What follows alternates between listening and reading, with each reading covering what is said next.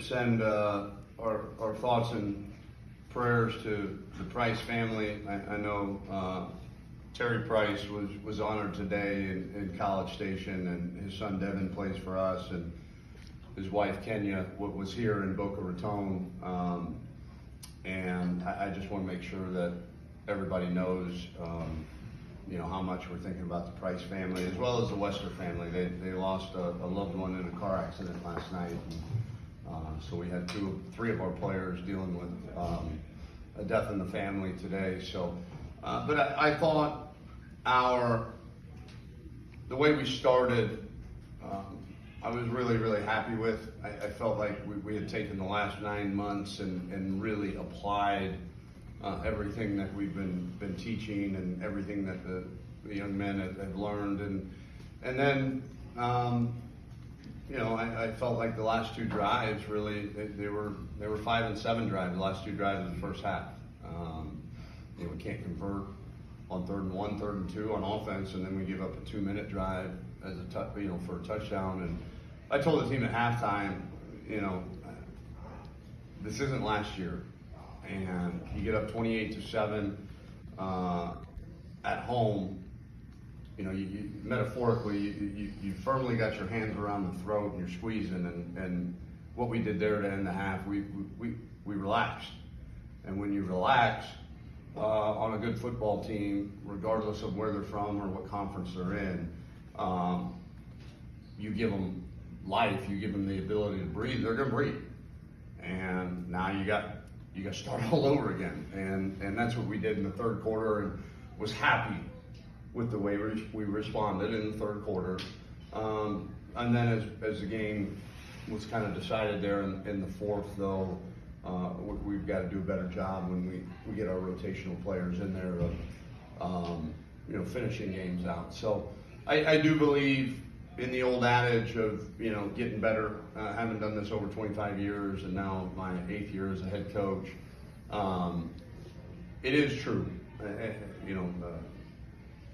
Very, very infrequently our old adage is true, but this one is, in terms of teams getting better from week 1 to week 2, and you just can't simulate the 4 hours that we went through tonight. And so we've got a lot of film that we can learn from, and there's no doubt in my mind that our guys will be better for having gone through kind of a bit of a roller coaster of a game like this. And was I disappointed that we weren't able to really,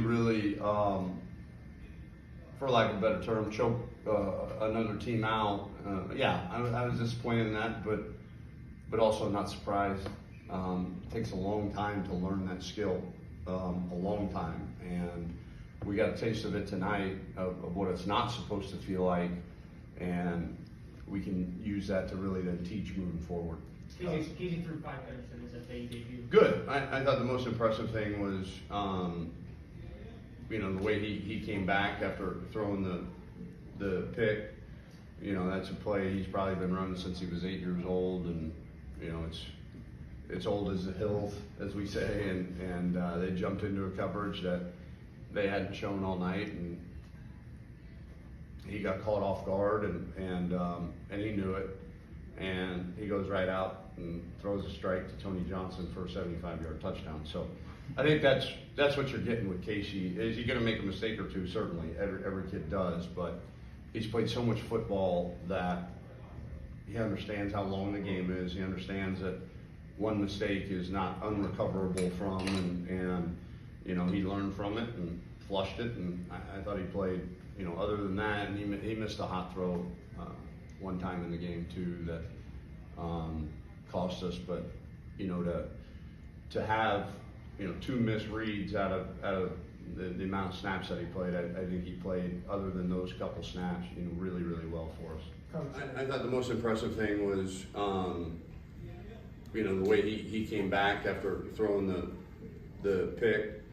That's a play he's probably been running since he was 8 years old, and it's old as the hills, as we say, and they jumped into a coverage that they hadn't shown all night, and he got caught off guard, and he knew it, and he goes right out and throws a strike to Tony Johnson for a 75-yard touchdown. So I think that's what you're getting with Casey. Is he going to make a mistake or two? Certainly, every kid does, but he's played so much football that he understands how long the game is. He understands that one mistake is not unrecoverable from, and you know, he learned from it and flushed it. And I thought he played, you know, other than that, and he missed a hot throw one time in the game too that cost us. But you know, to have, you know, 2 missed reads out of the amount of snaps that he played, I think he played, other than those couple snaps, you know, really, really well for us. You guys did a pretty good job limiting their best rusher, James Sheridan, to 66-yard. How would you describe their overall performance when it came to like limiting the running game? Yeah, the run defense was impressive. I mean, that's a team that, I mean, like I said, I don't care what conference they're in, what level they play at, but when you jog the nation's leading rusher in an 11-game season, you know, that certainly had our ears perked up the entire couple weeks of preparation, and I thought our defense responded well into, you know, hemming him into not just the 66 total yards net, but 2.8 a carry. You know, they tried to give him the ball, they tried to feed him, and we did a really good job. You know, along with 22, a couple missed tackles on that one, but to hold the nation's leading rusher at 2.8 yards a carry, that's a pretty good day at the office. And what he also was able to do, as well as in the, you know, passing game, you know. And that's what Larry brings you. You know, Larry was second highest vote getter in terms of captains. Yeah. He's a really, really good player. He's got great body control, really good vision. I thought he was a little impatient in the run game tonight. I'll see a little bit more on film when we weren't able to get the run game going quite as much. And I know you look, he had 125 yards, but felt like, you know, a lot of those yards were on a couple of different carries, and you know, we put the ball on the ground going in the end zone. You know, he'll beat himself up a lot for that too. But I thought Larry showed kind of everybody what we've seen for 9 months, which is he's an all-purpose guy. He can catch, he can block, he can certainly run between the tackles. When you get him on the perimeter, he can make guys miss or run over them. So, you know, we're going to need Kobe back. You know, that was quite a workload for both those, him and Zoo. That's 28 carries combined. So we'll be better off when we have Kobe, you know, to be able to rotate all 3 of them. But I thought Larry really, really showed, you know, all facets of his ability level. Obviously, a lot of changes. You keep talking about the last 9 months. When did you really know who the leaders were and how they bought in? And not just bought in, but they basically brought everyone along with them in the practice field. And obviously it showed tonight in an impressive win. So can you talk about, you know, 1 or 2 guys who were like, wow, as soon as I got here, I knew this guy was all in? Yeah, I would say Federico probably fits that bill of, you know, immediate buy-in. Chaz Neal, I think would fall into that category. Armani Adams, you know, we'll see the extent of his injury, but you know, the usual suspects, if you will, you know, the captains and guys on our leadership committee. You know, the old guys are tired of 5 wins a year, and I think they were very willing and eager to try new things. And now there's other guys that weren't, and you know, a little resistive to change and discipline and selflessness instead of selfishness, and we've either converted or gotten rid of most of those guys, but there's still a few, and we'll either convert them or get rid of those too. But for the most part, I think, you know, with those older guys leading the way and you know, the frustration of the last few years, I think it was a pretty easy sell, because it's fact. You keep doing what you're doing, you're going to keep getting what you got. And I think those guys especially really understood the necessity for change. Did enough to win easy, but you have enough to go back and kind of critique and say, hey, we need to get back. Tell anybody. Yes, yeah, I think perfect would have been 77-0. But I think in terms of the way, in your context, in terms of the ability to come away with a significant margin of victory, but still have so many things that you can improve on and be able to coach hard about. It's a lot easier to coach hard when you win. You know, you got to play psychologist a little bit when you don't, you know, and when you win, it gives you the ability to coach them hard and make them understand that winning isn't enough.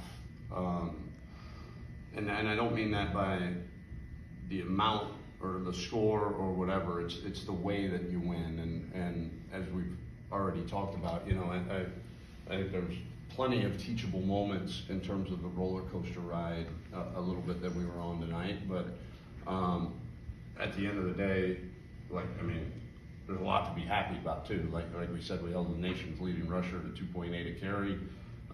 We had 5 touchdown passes, had almost 500 yards and 42 points. So I'm not certainly down in the dumps, but you know, as a coach, I look at 3 and 9 on third down, 0 of 2 on, the second fourth down was just, we were getting the game over with, but the 1 fourth down was disappointing, and then just, we didn't run the ball well when we had to, and we didn't play the deep balls well at corner.